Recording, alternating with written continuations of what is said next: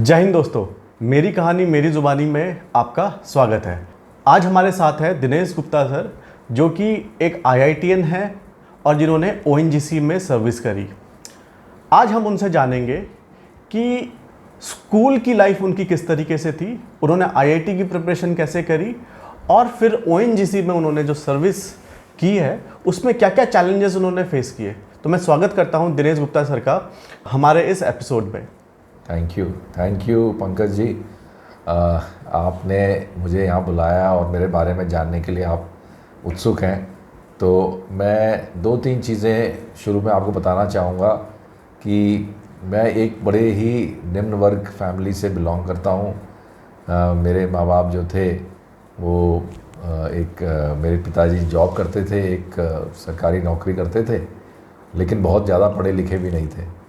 ऐसे ही मेरी मदर थी, बड़ी सिंपल एक हाउसवाइफ थी। तो पहली चीज़ ये कि मैं बहुत ही मध्यम वर्गीय परिवार से आता हूँ। दूसरी चीज़ मैं ये बताना चाहूँगा कि मैं कोई बहुत पढ़ाई में बहुत तेज़ नहीं था बचपन से, है ना। मैं बहुत ही एक मीडियोकर स्टूडेंट रहा हूँ।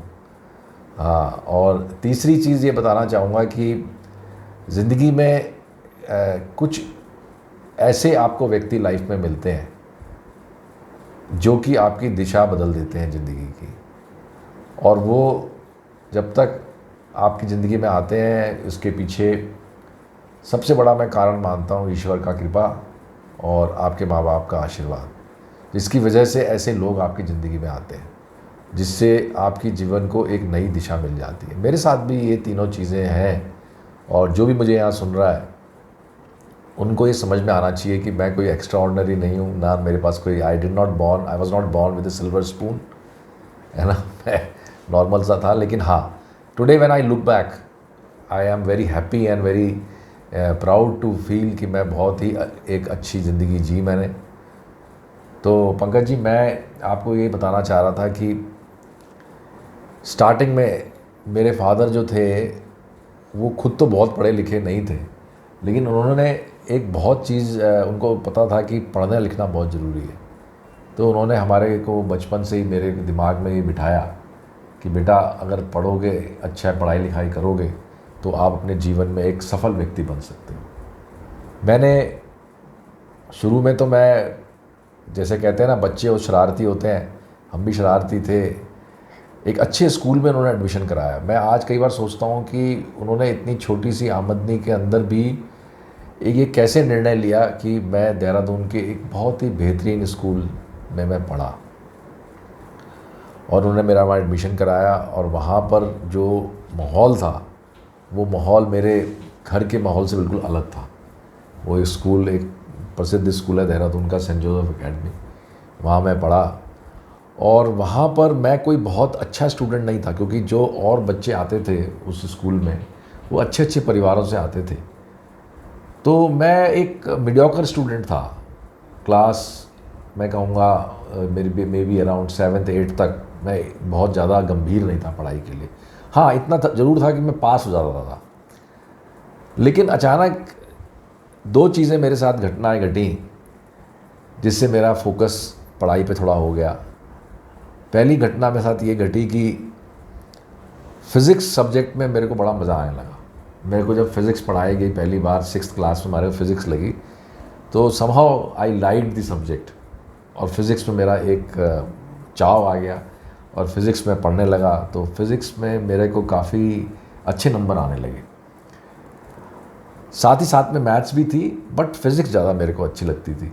तो साइंस की तरफ मेरा झुकाव होने लगा। तो एक बड़ा चेंज मेरी लाइफ में वहाँ पर ये आया कि साइंस साइड जब मेरे को लगने लगी तो मुझे वो बड़ा मज़ा आता था। तो उसमें मेरे नंबर अच्छे आते थे, लेकिन बाकी सब्जेक्ट जो थे, हिस्ट्री हो गया, ज्योग्राफी हो गया, आर्ट साइड, इनमें मैं बड़ा फिसड्डी था। तो अंतोगत्वा क्या होता था कि नंबर जब होते थे एवरेज क्लास में, तो मेरे साइंस में नंबर अच्छे होते थे और लेकिन बाकी चीज़ों में कम होते थे। अन्यथा मैं ठीक चल रहा था। तो पहला वाक़या ये हुआ। और दूसरा वाक़या ये हुआ कि मेरे फादर ने एक दिन मुझे बिठा के ये बताया कि अगर आप नहीं पढ़ाई करोगे तो क्या होगा लाइफ में, अगर आप अच्छा नहीं बन पाए।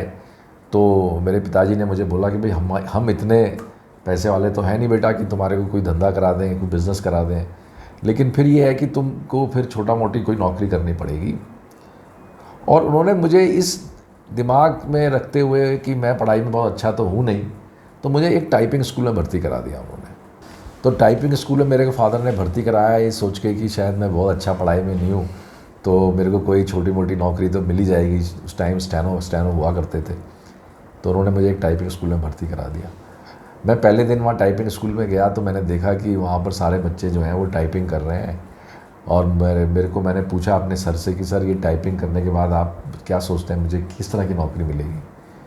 तो उन्होंने बोला आप टाइपिस्ट बन जाओगे, स्टेनो बन जाओगे, और किसी भी बड़े साहब के साथ आपको अटैच रहोगे, वो बोलेंगे आपको टाइप करना है, शॉर्ट हैंड सीखनी है। मैं घर पे आया, उस टाइम 30 रुपये फ़ीस होती थी, बड़ी मुश्किल से फादर ने जमा करी होगी। और मैं घर पे आया और मैंने पिताजी को अपने बोला कि पापा मैं टाइपिंग नहीं सीखना चाहता, क्योंकि उसमें तो ऑफिसर नहीं बनते, उसमें तो सिर्फ एक आपको स्टेनो या पीएस का जॉब मिलेगा। तो फादर कहने लगे क्या करोगे? बोला मैंने उनको प्रॉमिस किया कि मैं पढ़ाई करके दिखाऊंगा और मैं ऑफिसर ही बनूंगा और मुझे टाइपिस्ट नहीं बनना। तो ये दो वाक़या मेरे साथ मैंने आपको इसलिए बताया कि साइंस की तरफ मेरा झुकाव, और दूसरा ये डर कि अगर मैं अफसर नहीं बन पाया तो मुझे अल्टीमेटली एक सेक्रेटरी या छोटा मोटा जॉब करना पड़ेगा। और इन दस के कारण मैं अपने जीवन में फिर मैंने बदलाव लाया, पढ़ाई में थोड़ा सीरियस हुआ। और फिर मैंने क्लास 12 जब मैंने करी यहाँ से, तो मेरी फर्स्ट डिवीज़न आई और मेरे डिस्टिंक्शन आया फिज़िक्स के अंदर, बायोलॉजी, केमिस्ट्री सब में बहुत अच्छे नंबर आए और I was considered a very good student. तो आपकी सोच क्या थी स्कूल के समय में? स्कूल के समय में मैं आपको बताऊं कि पंकज जी मेरी एक यही सोच थी कि मेरे को अफसर बनना है। मुझे ये नहीं पता था कि अफसर कैसे बनते हैं, उसके लिए खाली मुझे इतना पता था कि अच्छी पढ़ाई करेंगे तो कहीं पर जाके ऑफिसर लग जाएंगे, ये सोच थी मेरी। लेकिन हुआ क्या कि जब मैं क्लास 12 मैंने करी तो कुछ अच्छे टीचर्स मिले और उन्होंने मुझे बताया कि आपकी क्योंकि बायोलॉजी बहुत अच्छी है तो आप डॉक्टर बन सकते हैं। और मैंने मेडिकल की तैयारी करनी शुरू कर दी। पीएमटी, हमारे टाइम में पीएमटी हुआ करता था, प्री मेडिकल टेस्ट, मैंने उसके लिए तैयारी करनी शुरू करी और क्लास 12 के बाद मैंने वो एग्ज़ाम भी दिया। लेकिन अंदर से मुझे ना मेडिकल की तरफ कोई झुकाव नहीं था। क्या था कि मैं हरदम थोड़ा सा कमज़ोर हृदय का रहा हूँ। मैं किसी की दुख दर्द और किसी को तड़पता हुआ, किसी को कराता हुआ, ये सब मुझे देख नहीं पाता था। और स्पेशली ब्लड देख के तो मुझे बड़ा बुरा लगता था। तो मैंने एक दिन पिताजी को अपने आके बोला कि मैं दे तो रहा हूँ एग्ज़ाम, लेकिन मेरे को लगता नहीं है कि मैं डॉक्टर बन पाऊँगा, क्योंकि मैं अंदर से बड़ा दिल का कच्चा हूँ। तो मेरे फादर को बड़ा शौक लग गया। बोले वो तो बड़ा सोच के बैठे थे कि मैं मेडिकल करूँगा, और मेरे दोस्तों को, मेरे गुरुओं को भी ये बड़ी उम्मीद थी कि मैं मेडिकल क्वालिफाई कर सकता हूँ। और मैंने जो है वो मेडिकल का एग्ज़ाम तो दिया और क्वालिफाई भी किया, लेकिन मैं मेडिकल में गया नहीं। और मैंने वापस से दोबारा से इंटरमीडिएट किया। अच्छा। और मैंने दोबारा से इंटरमीडिएट किया, प्राइवेट मैंने भरा मैथ्स, और मैंने मैथ्स से दोबारा से करा क्योंकि मुझे लगा कि इंजीनियरिंग मेरे लिए बेटर है।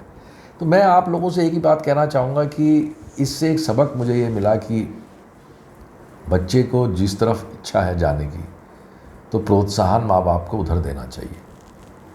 पहली बात तो मुझे पता ही नहीं था कि मेरे को मैथ्स अच्छी लगती है। मैं सोचता था सारी साइंस, चाहे बायोलॉजी हो चाहे केमिस्ट्री हो, वो सब बढ़िया है, और डॉक्टर का जो एक रुतबा होता है सोसाइटी के अंदर, और मेरे परिवार वालों के दिमाग में था कि डॉक्टर बनेगा तो बहुत अच्छा है। लेकिन मैं क्योंकि तैयार नहीं था अंदर से, या मेरा मानसिक दशा इस तरह की नहीं थी कि मैं डॉक्टर बन सकूं, तो मैं उस तरफ जाता भी तो मैं सोचता हूँ मैं शायद सफल ना होता, क्योंकि मैं एक ख़राब डॉक्टर बनता है ना। तो जब मेरे को वापस से मैंने मैथ्स पढ़ी तो मेरे को बड़ा मज़ा आया। मैथ्स मेरी आज भी एक बहुत, मैं लाइक करता हूँ सब्जेक्ट को। जैसे मेरे लिए फ़िज़िक्स है, वैसे मेरी मैथ्स बहुत अच्छी थी। और मैंने फिर उसके बाद इंजीनियरिंग की तैयारी करनी शुरू करी। और उसी दौरान मेरे को एक गुरुजी मिले। मैंने बताया ना, लाइफ में आपके साथ में कुछ ऐसे लोग मिलेंगे। उनका नाम था मिस्टर बड़े। वो हमारे को पढ़ाते थे। बीएससी में कर रहा था उस टाइम लोकल यहाँ पर।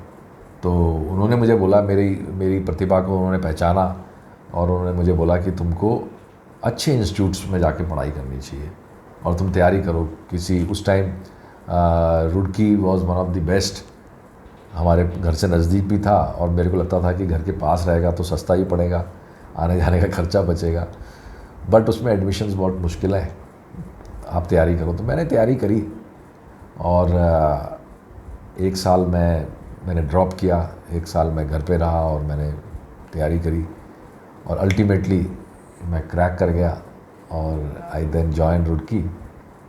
और रुड़की से मैंने अपना पोस्ट ग्रेजुएशन किया, मास्टर्स किया जियो साइंसेस के अंदर।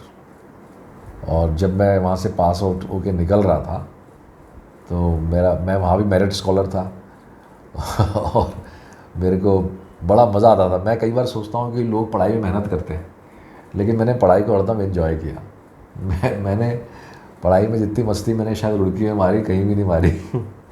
गुरु लोग हमारे बहुत बढ़िया थे, teachers were excellent I tell you, और बड़ा मज़ा आता था पढ़ने में। और हम लोग घंटों पढ़ते थे, खेलते भी थे। रुड़की में खेलने की बड़ी अच्छी सुविधाएं हैं। मैं टेबल टेनिस का प्लेयर रहा वहाँ पर, वहाँ से मैंने टेबल टेनिस फर्स्ट टाइम वहाँ पर खेलना शुरू किया और खेलते खेलते मैं रुड़की यूनिवर्सिटी के अंदर मैं प्लेयर बना और यूनिवर्सिटी में भी खेला मैंने। उसके बाद अपनी नौकरी में आया तो यहाँ भी मैं खेलता था। और पढ़ाई के साथ साथ खेलना भी बहुत ज़रूरी है, क्योंकि अगर आपकी शारीरिक विकास नहीं है तो आप मानसिक विकास भी आपका काम नहीं करेगा। तो इस प्रकार से मेरी यात्रा रही रुड़की में पहुंचने की। और वहाँ पर बहुत बड़ा मैं कहूँगा कि टीचर्स का बहुत बड़ा रोल रहा मेरी लाइफ में।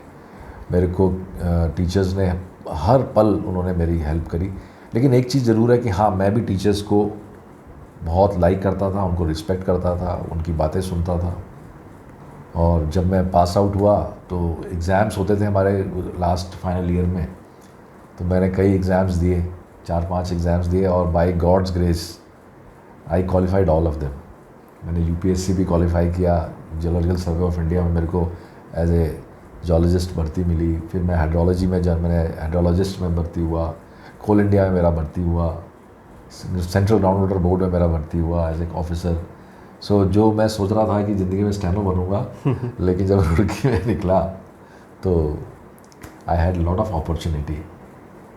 ओएनजीसी में आया मैं, आपने मुझसे पूछा कि ओएनजीसी में क्या रहा, तो ओएनजीसी में जब मैं आया तो ओएनजीसी वाज द बेस्ट पे मास्टर। हमारे टाइम में ओएनजीसी आईएएस से ज़्यादा पे करती थी जब मैंने 1985 में ओएनजीसी ज्वाइन करी।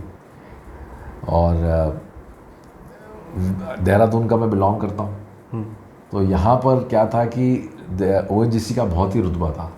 देहरादून का हर बच्चा जानता था कि ONGC is a very good company.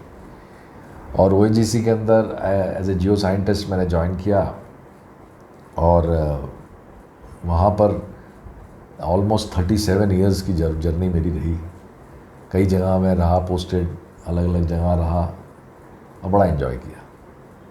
अगर मैं आपसे पूछूं कि आज आपकी लाइफ कैसी है तो आप क्या कहेंगे? देखिए, मेरी लाइफ जो है कैरियर वाइज बहुत ही बढ़िया थी और मैंने बहुत एंजॉय किया। मैं अगेन, क्योंकि मेरी लाइकिंग की जॉब थी, कोई मुझे ऐसे ज़बरदस्ती कोई करनी नहीं पड़ी, मेरे को चॉइस मिला। तो मेरा ये कहना है कि अगर आप पढ़ाई में अच्छे हैं और आप जिस भी फील्ड में आप अगर उसमें एक्सेल करते हैं तो फिर आपको ज़िंदगी भर आप एंजॉय करेंगे। तो मैंने, क्योंकि सब्जेक्ट मेरा जो था उसमें मैंने एंजॉय किया, तो मेरे को नौकरी में भी वही सब्जेक्ट था, तो मेरे को बड़ा मज़ा आया, पहली चीज़ तो। दूसरा ये कहूँगा कि आर्थिक रूप से भी मैं बहुत सशक्त हुआ जब मैं ओएनजीसी में आया, क्योंकि ONGC is a very good पे मास्टर। फिर मैंने एमबीए भी किया, फाइनेंस में मेरा एमबीए मैंने किया और मेरे को कैसे पैसे को अपने को इस्तेमाल करना है वो भी बहुत ज़रूरी है। आप पैसा कमाए, 10 तरीके होते हैं कमाने के, लोग पैसा कमाते हैं, लेकिन पैसे को खर्च कहाँ करना है ये भी बहुत बड़ी इंपॉर्टेंट चीज़ है। आपका खर्चा आपको पता होना चाहिए कैसे करना है, तो वो भी अगर आप सही तरीके से करेंगे तो आपकी जीवन बड़ा अच्छे से चलेगा और आर्थिक रूप से भी आप सशक्त हो गया मैं।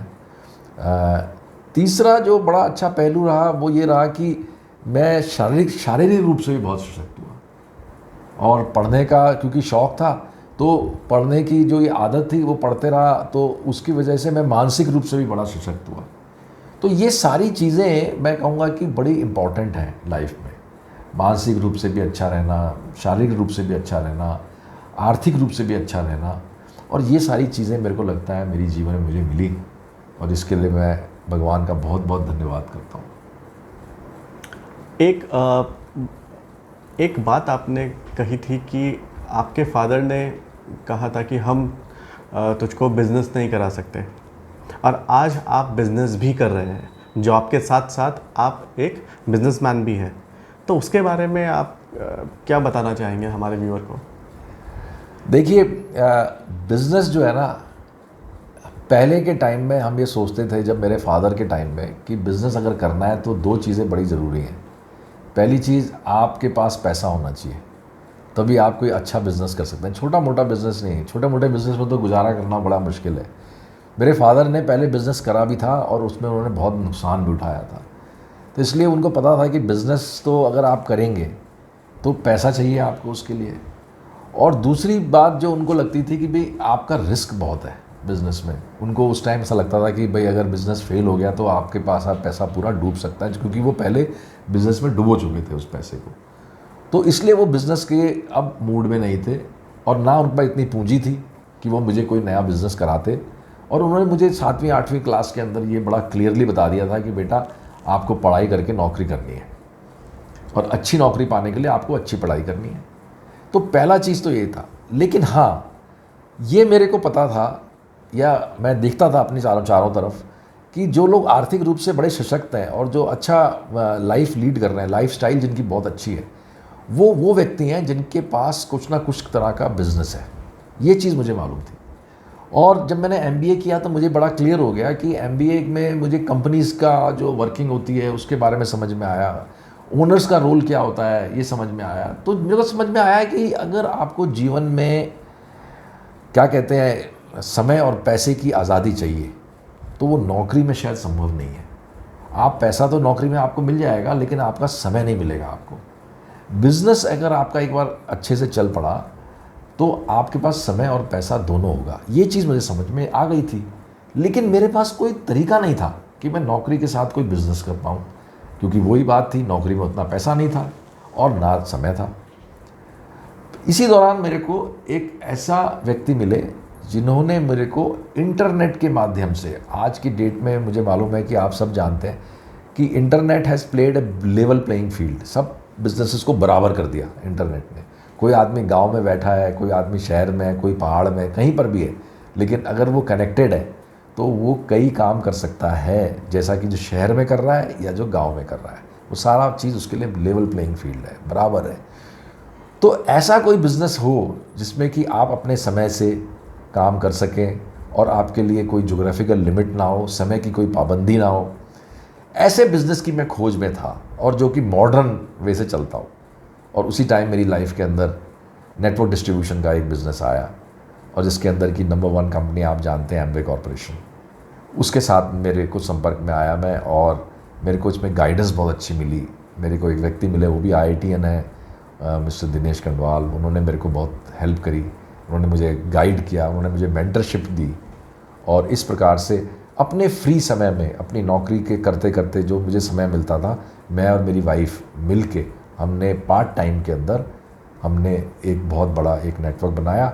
और आज की डेट में उस एसेट से ना सिर्फ हम पैसा कमा रहे हैं, लेकिन एक बहुत अच्छी हमारी एक सोशल सर्कल भी है। हम लोगों के साथ, हमारे पार्टनर्स हैं जिनके साथ हम बैठ के एक वेवलेंथ पे बात करते हैं। ये है। एक आखिरी सवाल हमारे व्यूअर्स के लिए आपसे पूछना चाहूँगा कि अगर आपको एक सक्सेस मंत्रा देना हो तो वो सक्सेस मंत्रा क्या होगा? सक्सेस मंत्रा अगर मैं आपको देना बताऊं तो मैं आपको 2 चीज़ें कहूँगा। पहली चीज़, success is not a destination. Success कोई ऐसी जगह नहीं है जहाँ पर कि आपको जाने के बाद खुशी मिले। Success is a journey. आपको अगर पता हो कि मैं जिस रास्ते पे जा रहा हूँ वो रास्ता आपको एक अच्छी ज़िंदगी की तरफ लेके जाता है, तो आप वो रास्ते पे चलते हुए आपको मज़ा आएगा।